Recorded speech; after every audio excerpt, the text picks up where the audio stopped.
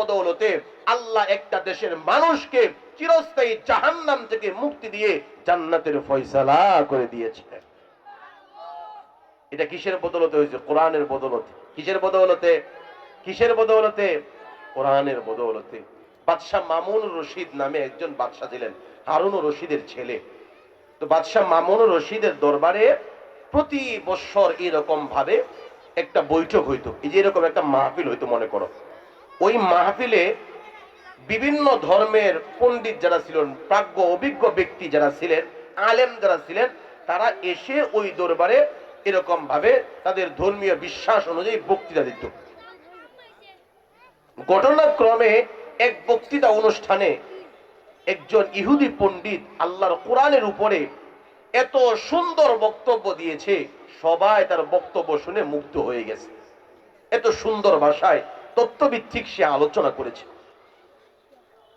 তো সেই বেচারা আলোচনা বৈঠক শেষ হওয়ার পরে যখন খাবার ঘরে গেছে খাবার খেতে, বাদশাহ মামুন রশিদ কাছে গিয়ে বলে, ভাই আপনি যে চমৎকার বক্তব্য উপস্থাপন করেছেন, সবাই মন্ত্রমুগ্ধের নেই আপনার বক্তব্য শুনেছে, আপনি কি করেন? ওই ইহুদি পণ্ডিতকে জিজ্ঞাসা করেন, আপনি কি করেন? তো সেই ইহুদি পণ্ডিত বলছে যে আমি একজন লেখক, একজন গবেষক, আর আমার ধর্ম হচ্ছে এরকম ভাবে ইহুদি ধর্মের অনুসারী আমি। বাদশাহ মামুন রশিদ মনে করছিলেন হয়তো সেই লোকটা মুসলমান, কারণ কোরআনের উপর এত সুন্দর আলোচনা কোনো মুসলমান ওই সময় ওই মজলিসে করে নাই। তো বাদশাহ একটা পর্যায়ে বললেন, ভাই এরকম ভাবে যে আপনি একজন ইহুদি পণ্ডিত, আমার দিলের বড় তামান্না, কোরআনের উপর যে সুন্দর আলোচনা আপনি করেছেন, আমার নবীর সিরত নিয়ে সুন্দর বক্তব্য আপনি দিয়েছেন, আপনি কালিমা পড়ে মুসলমান হয়ে যান। বাদশাহ যেই কইছে কালিমা পড়ে মুসলমান হওয়ার জন্য, ইহুদি পণ্ডিত রেগে গেছে, বলতেছে, বাদশাহ আপনার দরবারে আসছি বিদায় আপনি আমার ধর্মীয় স্বাধীনতার উপর হস্তক্ষেপ করতে পারেন না। আপনার দরবারে আসছি বিদায় আপনি আমার বলতে পারেন না মুসলমান হওয়ার জন্য। রাগে গেছে। বাদশা কয়, ঠিক আছে ভাই, আপনার যেটা মন চান ওইটাই করে। খাওয়া দাওয়া শেষ করে সবাই যখন চলে গেছে, দ্বিতীয় বর্ষ মানে আগামী বছর আবার বৈঠক হলো। ওই বৈঠকের মাঝে ওই লোকটাই, ওই ইহুদি পণ্ডিত যে গত বছর বক্তব্য দিয়ে গেছিল, সে দ্বিতীয় বছর আসলো। এটা তাফসীরে নূরুল কোরআনের মধ্যে এরকম ভাবে এই ঘটনাটা আসছে। তো দ্বিতীয় বছর এসে ইল্লা মাশাআল্লাহ সবাই সুন্দর সুন্দর বক্তব্য দিচ্ছে। বক্তব্য দিতে দিতে একটা পর্যায়ে এই আল্লাহর বান্দার নাম আসছে। এই আল্লাহর বান্দার নাম আসতেই সবাই এরকম ভাবে প্রশংসায় পঞ্চমুখর করে ফেলছে যে গত বছর যে সুন্দর বক্তব্য দিছিল, এই বছর তো ইল্লা মাশাআল্লাহ আরো সুন্দর বক্তব্য দিবে। সবাই তার দিকে এরকম ভাবে তাকায় আছে। এই বছর গত বছরের তুলনায় তার বক্তব্য আরো বেশি চমকপ্রদ ছিল, আরো বেশি তথ্য নির্ভর ছিল, আরো সুন্দর প্রাঞ্জল ভাষায় দিছে। সবাই মুগ্ধ হয়ে গেছে। মুগ্ধ হইয়া এরকম ভাবে হওয়ার পরে যখন প্রতিযোগিতা অনুষ্ঠান এরকম ভাবে তারে ফার্স্ট ক্লাস পুরস্কার দেওয়া হলো, তারপর এই ইহুদি পণ্ডিত বাদশার কাছে গিয়ে কয়, বাদশাহ গত বছর আপনার মজলিসে আসছিলাম এরকম ভাবে ইহুদি ধর্মের একজন অনুসারী হয়ে, পণ্ডিত হয়ে, কিন্তু আজকে আপনার মজলিসে এই বছর আর ইহুদি হয়ে আসি নাই, আমি কালিমা পড়ে মুসলমান হয়ে আপনার মজলিসে এই বছর এসেছি। কোন সুবহানাল্লাহ। বাদশা কয়, ভাই গত বছর কইছিলাম মুসলমান হওয়ার লাগে, আপনি রেগে গিয়েছিলেন, আপনি অসন্তুষ্ট হয়েছেন, আর এই বছর আপনি এরকম ভাবে আমি বলিও নাই মুসলমান হয়েছেন, কাহিনীটা কি? এটা জানতেছে আপনার কাছ থেকে। তো সেই ব্যক্তি বলতেছে, বাদশাহ আমি একজন লেখক, আপনার মজলিস থেকে যাওয়ার পর আমি এই ইসলাম ধর্মটাকে নিয়ে আরো বেশি জাস্টিফাই করলাম, যাচাই বাছাই করলাম, দেখি কোন ধর্মটা সবচেয়ে বেশি সঠিক। যেহেতু আমি লেখক, তাওরাতের অনুসারী আমি, তাওরাত আমার মুখস্থ, আমি কি করলাম এরকম ভাবে তাওরাত, ইনজিল, জাবুর, এই কোরআনের 4টা ধর্মীয় গ্রন্থের এরকম ভাবে এক একটা ধর্মীয় গ্রন্থের 4টা করে কপি আমি নিজ হাতে লিখলাম। আমি যখন লিখেছি, এখন তো কম্পিউটারে ছাপা পাওয়া যায়, আগে ছাপা পাওয়া যেত না, হাতের লেখা এরকম ভাবে থাকতো। তো প্রত্যেকটা কিতাবের এরকম ভাবে 4টা করে কপি আমি লিখেছি নিজ হাতে। মাঝখানে জায়গায় জায়গায় এরকম ভাবে আমি ভুল টুল ধরাই দিছি, ভুল ঢুকাই দিছি, উল্টা পাল্টা ঢুকাই দিছি। তো এই কপিগুলো নিয়ে যখন আমি বাজারে গেলাম, বাজারে যাওয়ার পর প্রত্যেকটা এরকম ভাবে গ্রন্থের যদি 4টা করে কপি হয়, 4×16, কোরআনের 4টা কপি, তাওরাতের 4টা কপি, ইনজিলের 4টা কপি, জাবুরের 4টা কপি, এই 16টা কপি নিয়ে গেলাম বাজারে বিক্রয় করার জন্য। আমি দেখলাম যে মুহূর্তের মধ্যেই ইনজিল, তাওরাত, জাবুরের এই যে 12টা কপি আছে সবগুলো বিক্রয় হয়ে গেছে। কিন্তু কোরআনের যে কপিগুলো আছে, যে কপিগুলোর মধ্যে আমি ভুল বান্তি ঢুকাইয়া দিছি, উল্টা পাল্টা মন গড়া কথা ঢুকাইয়া দিছি, মুসলমানরা আসে আর পড়ে দেখে তো এটা কোরআনের লগে মিলে না, কোরআনের সাথে এটার কোনো সম্পর্ক নাই, সবাই রেখে চলে যায়। রাত্র হয়ে গেছে, সব বিক্রয় হয়ে গেছে। কোরআনের 4টা কপি যে ছিল, একটা কপিও আমি বিক্রয় করতে পারি নাই। সবাই দেখে আর ভুল ধরে এখানে রেখে যায়। তখন আমার বুঝার আর বাকি নাই, কোরআনটাই হচ্ছে সত্য ধর্মীয় গ্রন্থ। তারপরে আমি কালিমা পড়ে মুসলমান হয়ে গেছি। এই কোরআনকে নিয়ে কাফেররা বারবার নবীরে এরকম চ্যালেঞ্জ ছুড়তো যে তোমার এইটা ধর্মীয় গ্রন্থ, এটা কোনো কিতাব হইলো, এটা কোনো কালাম হইলো, এর চেয়ে সুন্দর কিতাব তো আমরাই লিখতে পারি। আল্লাহ বলছেন ফাতু বিসূরাতিন মিন মিসলি, নবী আপনি চ্যালেঞ্জ গ্রহণ করুন আর বইলা দেন তাদেরকে তারা কেমন পারে।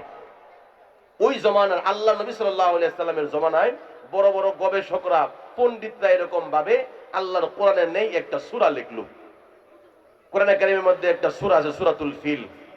সূরা ফিল একটা সূরা আছে না, আলাম তারা কাইফা রাব্বুকা বিআসহাবিল ফিল। তারা একটা এর নকল করে একটা সূরা লিখছে। সূরাটা হচ্ছে এরকম, আল ফিলু মাল ফিল ওয়া মা আদরাকা মাল ফিল খুরতুমুন তাওয়িলুন ওয়া যাইলুন কাসীর। এই সূরার অর্থ হচ্ছে ফিল মানে হচ্ছে হাতি, আল ফিলু মাল ফিল, মাল ফিল অর্থ হচ্ছে হাতি কি, ওয়া মা আদরাকা মাল ফিল অর্থ হচ্ছে তুমি কি জানো হাতি কি? হাতি হচ্ছে খুরতুমুন তাওয়িল, তার লম্বা একটা খুর আছে, ছোট্ট একটা লেজ আছে। তারা এটা বানানোর উপরে কোনো অর্থই খুঁজে হয় না, এটা কোনো অর্থ হইলেও কি এরা হাতির লম্বা সুর আছে, ছোট্ট লেজ আছে, এটা দুনিয়ার অন্ধ পাগলেও জানে, ঠিক না বে ঠিক? সবাই জানে। তারপর তারা আর বোঝার বাকি রইল না। মুহাম্মদ যে গ্রন্থ পড়ে, এই গ্রন্থটা এরকম ভাবে তৈরি করেছেন, নাজিল করেছেন আল্লাহ সুবহানাহু ওয়া তাআলা। ১৫০০ বছর অতিবাহিত হয়েছে, তাওরাত পরিবর্তন হয়েছে, ইনজিল পরিবর্তন হয়েছে, জাবুর পরিবর্তন হয়েছে, কিন্তু আল্লাহর কোরআনের একটা আয়াত, একটা শব্দ, একটা হরফ, একটা হরকত এখনো পর্যন্ত পরিবর্তন হয় নাই। কোন সুবহানাল্লাহ। আল্লাহ রাব্বুল আলামিন বলেন ইন্না নাহনু নাযালনা যিকরা ওয়া ইন্না লাহু লাহাফিজুন। আল্লাহ রাব্বুল আলামিন বলেন এই কোরআন আমি আল্লাহ নিজে নাজিল করেছি, আর এই কোরআন সংরক্ষণের দায়িত্ব আমি আল্লাহ রাব্বুল আলামিন নিজে নিয়ে নিলাম। জোরে জোরে কোন সুবহানাল্লাহ। কোরআনে কারীমের শুরুতে আল্লাহ রাব্বুল আলামিন বলেন আলিফ লাম মিম যালিকাল কিতাবু লা রাইবা ফীহি হুদাল লিল মুত্তাকিন। আওয়াজ দিয়ে বলেন তো কার কথা? আল্লাহর কথা। আল্লাহ রাব্বুল আলামিন কোরআনে কারীমের শুরুতেই বলেন আলিফ লাম মিম যালিকাল কিতাবু লা রাইবা ফীহি। আল্লাহু আ'লাম বিমুরাদিহি বিযালিক। আলিফ লামের অর্থ দুনিয়ার কোনো মানুষ জানে না, কোনো মুফাসসির জানে না, কোনো মুহাদ্দিস জানে না। আলিফ লাম মিমের অর্থ শুধুমাত্র কেবলমাত্র আল্লাহ রাব্বুল আলামিনই জানেন। আল্লাহ রাব্বুল আলামিন বলেন যালিকাল কিতাবু লা রাইবা ফীহি, এটা হলো এমন এক কিতাব, এই কিতাবের মধ্যে কোনো সন্দেহ নাই, কোনো সংশয় নাই। আমি আল্লাহ এই কিতাব নাজিল করেছি মুত্তাকিনদের জন্য। কোন সুবহানাল্লাহ।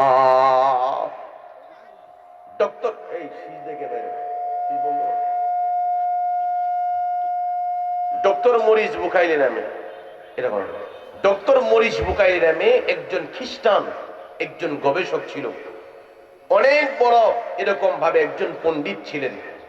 তিনি একবার এরকম ভাবে কোরআন নিয়ে গবেষণা করলেন এবং কোরআনের পাশাপাশি অন্যান্য ধর্মীয় গ্রন্থ যেইগুলো আছে এইগুলো তিনি সংরক্ষণ করলেন।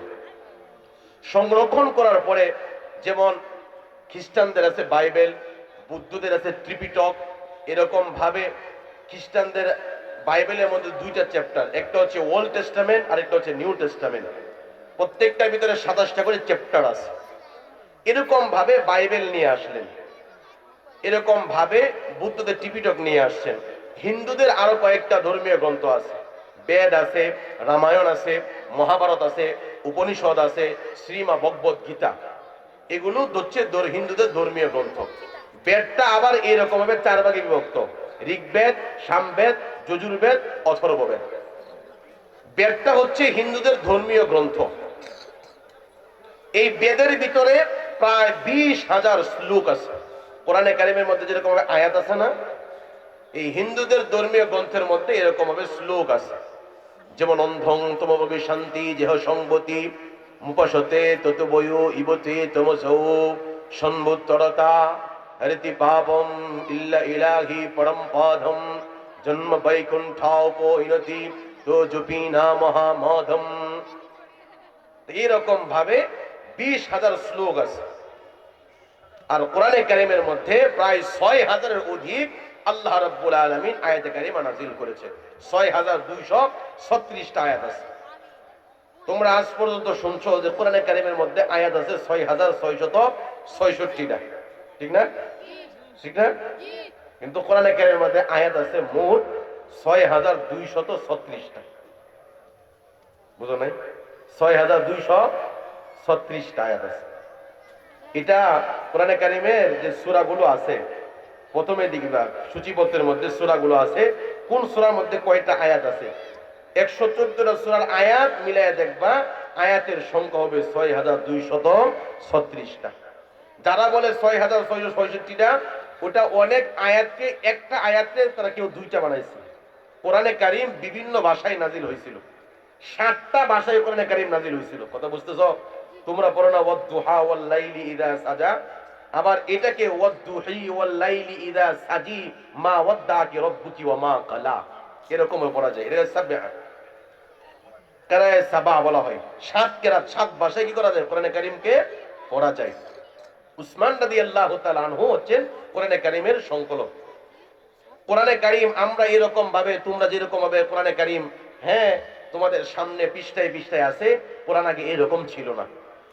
কোরআনে কারিম এরকম ভাবে কোন সাহাবীর কাছে চামড়ার উপর লেখা ছিল কয়েকটা আয়াত, কাগজের মধ্যে লেখা ছিল, পাতার মধ্যে লেখা ছিল, এরকম ভাবে পাহাড়ের মধ্যে পাথরের মধ্যে লেখা ছিল। তার উপর উসমান রাদিয়াল্লাহু তাআলা আনহু উনার খেলাফত কালে সবগুলো আয়াত এইরকম ভাবে কালেক্ট করে মলাটবদ্ধ করেছেন, মলাটবদ্ধ করেছেন। এরপর থেকেই কোরআনকে আমরা কি করেছি? এরকম ভাবে পেয়েছি। আল্লাহ নবী যুদ্ধে গেছেন, আয়াত নাজিল হয়েছে, লিখবেন কোথায়?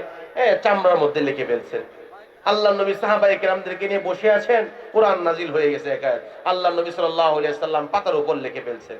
উসমান রাদিয়াল্লাহু তাআলা আনহু কোন সাহাবী বলো তো দেখি? উসমান রাদিয়াল্লাহু তাআলা, যিনি আল্লাহ নবী সাল্লাল্লাহু আলাইহি সাল্লামের মেয়ের জামাতা ছিলেন।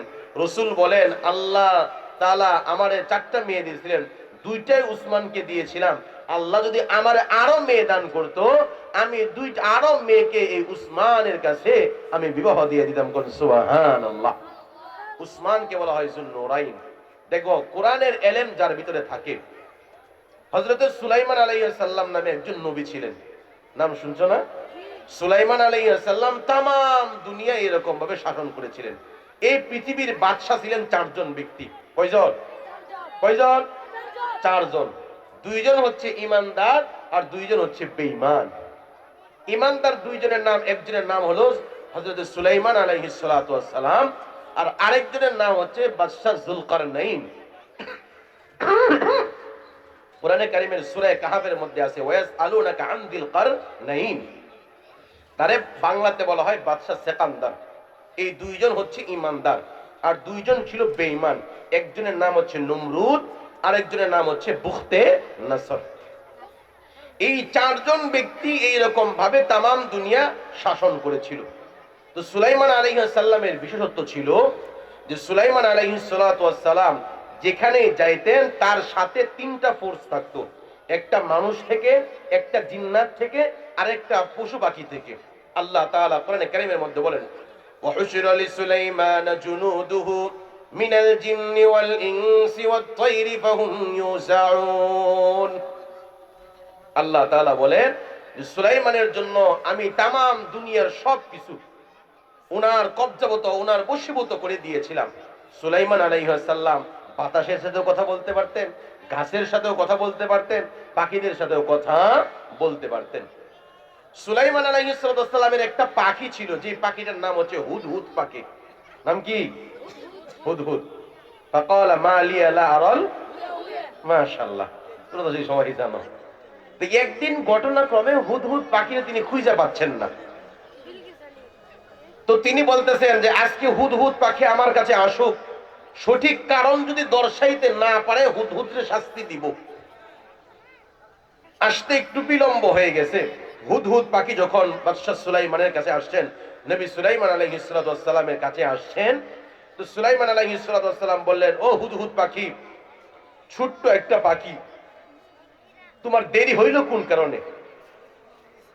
দেখো পাখিদের মধ্যে অনেক বড় বড় পাখি ছিল। উট পাখি দেখছো কেউ?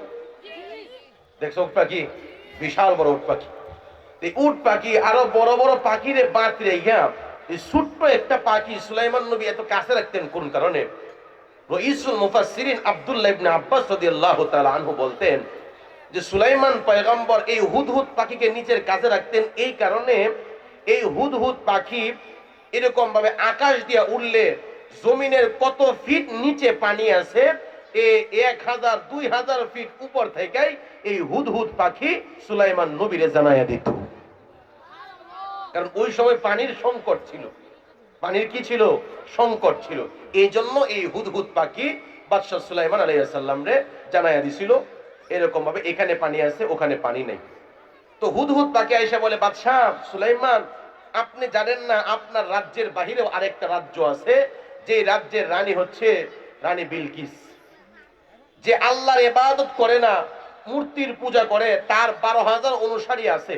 সুলাইমান আলাইহিস সালাম কই, কও কি? কয় হ্যাঁ, আমি সেখান থেকেই আসছি। সুলাইমান আলাইহিস সালাম এই হুদহুদ পাখিরে বললেন, এরকম ভাবে যে ওই রাজ্যের ওই রানীরে গিয়া বলবা, পত্র লিখছেন। কোরআনে কারীমের একটা আয়াত আছে, ইন্নাহু মিন সুলাইমান ওয়া ইন্নাহু বিসমিল্লাহির রহমানির রহিম। এই যে আয়াতটা আছে না, এই আয়াতটা রানী বিলকিসের প্রতি সুলাইমান আলাইহিস সালাম লিখেছিলেন।